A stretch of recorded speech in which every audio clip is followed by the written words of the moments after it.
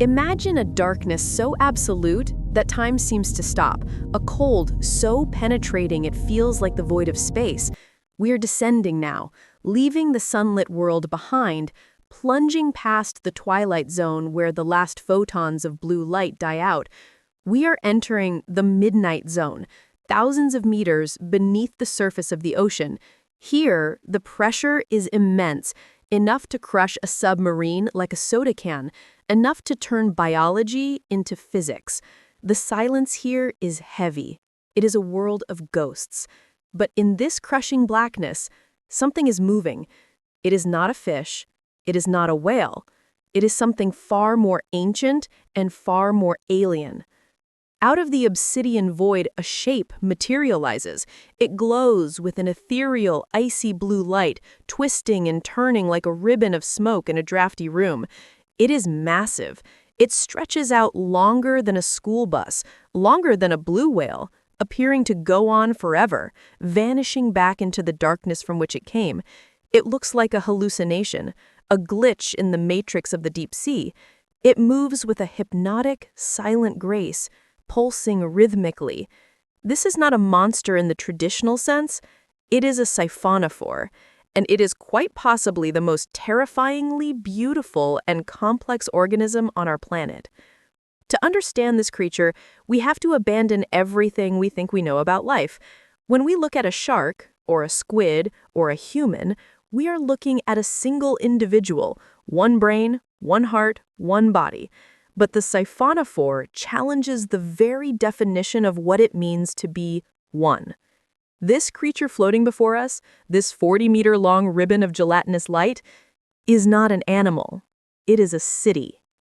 It is a colony of thousands upon thousands of individual clones, genetically identical, yet physically distinct. They are called zooids. In the womb of the deep ocean, they have evolved a level of cooperation so extreme that they have ceased to be individuals and have become organs of a greater whole. Some of these clones are born only to swim. They are the engines, pulsing water to propel the colony forward. Others are born only to eat, possessing elastic stomachs that digest prey for the entire group. Others are born only to reproduce. And some are born only to kill. This biological architecture makes the Siphonophore an evolutionary masterpiece. It is the Borg of the ocean. It has existed in these depths for hundreds of millions of years, drifting through the abyss while dinosaurs rose and turned to dust, while mammals took their first steps on land, and while humanity built its cities of stone and steel. The Siphonophore built its cities of flesh and jelly, suspended in the eternal night. How did it survive? Why is it here? The answer lies in the environment itself. The deep ocean is the largest habitat on Earth, comprising 95% of the planet's living space.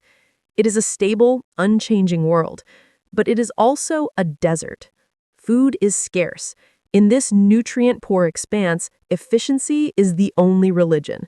The Siphonophore survived because it perfected the art of energy conservation. It does not chase its prey with the explosive speed of a tuna. It waits. It transforms itself into a living drift net of death. Let us drift alongside it. The species known as Praia dubia, the giant Siphonophore, is a master of this ambush. As it moves, it deploys a curtain of tentacles. These are the dactylozoids, the hunters. They can trail thousands of feet behind the main body, invisible in the dark. To a deep-sea shrimp or a small lanternfish, the water seems empty. They swim through the void, unaware that they have already entered the trap. The moment a victim brushes against one of these gossamer threads, the trap springs. The tentacles are lined with nematocysts, microscopic capsules loaded with a toxic harpoon. Upon contact, they fire with the acceleration of a bullet, piercing the prey's skin and injecting a potent neurotoxin. The paralysis is almost instant. The struggle is brief. In the silence of the deep, the Siphonophore begins to reel in its catch. The tentacles contract, pulling the paralyzed fish toward the gastrozoids, the hungry mouths of the colony. These mouths spread over the prey like a living sheet, dissolving it, absorbing every calorie, every distinct molecule of energy, and sharing it across the thousands of clones that make up the whole. It is a digestion network that rivals the complexity of a modern city's power grid, and it happens in total silence. There is no roar of triumph, no splashing water, just the silent blue pulse of the colony as it feeds in the dark. But the Siphonophore is not just a passive drifter. It is a master of deception. In a world without sunlight, light itself becomes a weapon. Many Siphonophores are bioluminescent. They can produce their own light through chemical reactions within their bodies, but they do not glow to show the way. They glow to lie. Some species use red bioluminescence. In the deep ocean, red light is invisible to most eyes. It looks black. By using red searchlights, these predators can see their prey without being seen, invisible snipers using night vision goggles while their targets remain blind.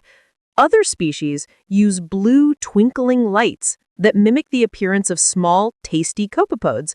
They dangle these lures in the dark, inviting hungry predators to come closer, only to turn the hunter into the hunted.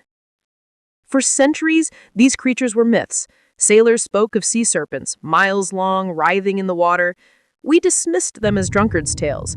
But as our technology improved, as we built titanium spheres capable of withstanding the crushing pressure of 4,000 atmospheres, we began to see the truth. We found that the monsters were real. They just didn't look like dragons. They looked like this. In 2020, an expedition by the Schmidt Ocean Institute off the coast of Australia captured footage that shook the biological world. A remotely operated vehicle, drifting through a submarine canyon, illuminated a shape that defied logic. It was a Siphonophore of the genus Apolemia. But it wasn't a line. It was a spiral. It had arranged itself into a massive, suspended galaxy of coils, a floating UFO made of tissue. Laser measurements confirmed the impossible.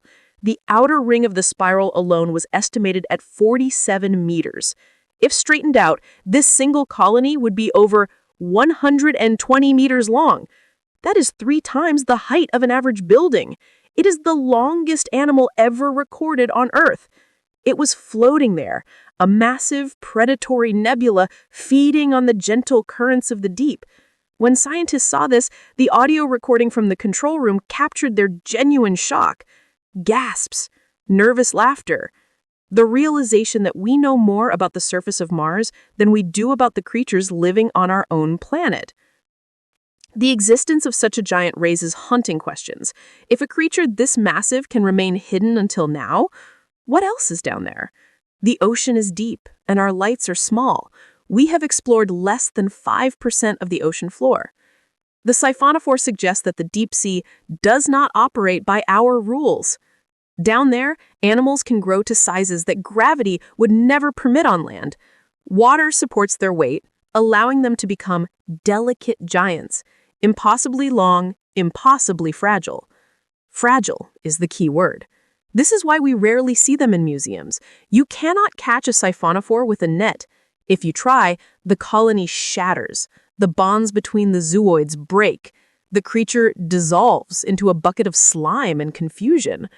They are creatures of the deep, bound to the pressure.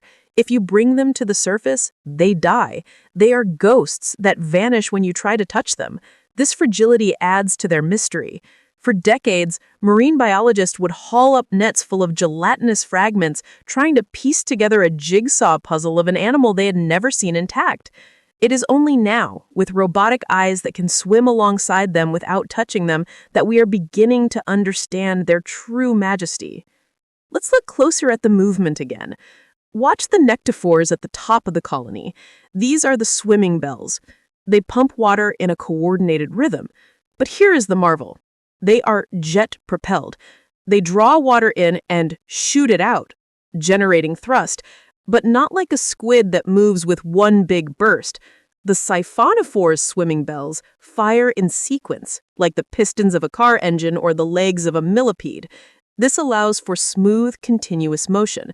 It allows the creature to hover, to reverse, to loop the loop. But there is a loneliness to this existence. The Siphonophore lives in a world of low density. Mates are rare. Encounters with others of their kind might happen once in a lifetime. So, how do they ensure the survival of the species? The colony, true to its self-sufficient nature, contains both male and female zooids. They are hermaphroditic cities. When the time is right, triggered by chemical signals we do not yet understand, they release clouds of eggs and sperm into the current. In the cold dark, these gametes mix, creating a microscopic larva. This single larva, no bigger than a grain of sand, will begin to bud. It will clone itself. 1 becomes 2, 2 become 4. The city begins to build itself brick by brick, clone by clone, growing over decades into the titan we see before us. Consider the perspective of the Siphonophore. It has no eyes to see the stars, yet it bioluminesces like a galaxy. It has no single brain to contemplate its existence, yet it reacts with intelligence to threats and prey. It drifts through a world of crushing pressure that would instantly kill a human, yet it is made of 95% water. It is perfectly adapted to its hellscape. To the Siphonophore, the deep ocean is not dark, it is home. It is a sensory landscape of vibrations, chemical trails, and thermal currents. There is a theory among some astrobiologists that if we want to know what aliens look like, we shouldn't look at the sky, we should look at the Siphonophore.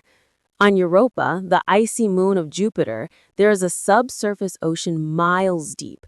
If life exists there, it wouldn't need legs to walk or lungs to breathe air. It would need to be efficient. It would need to withstand pressure. It might look very much like the colony drifting before us. The Siphonophore is a testament to the versatility of life. It shows us that intelligence and complexity do not require a spine or a skull. As we watch this creature drift away, fading back into the gloom, a sense of unease settles in. We like to think we are the masters of this planet. We map the continents, we pave the roads, we name the mountains. But the Siphonophore reminds us that the Earth is not really ours. It is an ocean planet. The dry land we live on is just the crust on top of a watery world. The real distinct life, the giants, the ancient ones, live down here, in the dark. The Siphonophore Dubia continues its silent migration through the abyss. It was here long before us, and it will likely be here long after we are gone. It is a silent witness to history, a living ribbon of light patrolling the eternal night.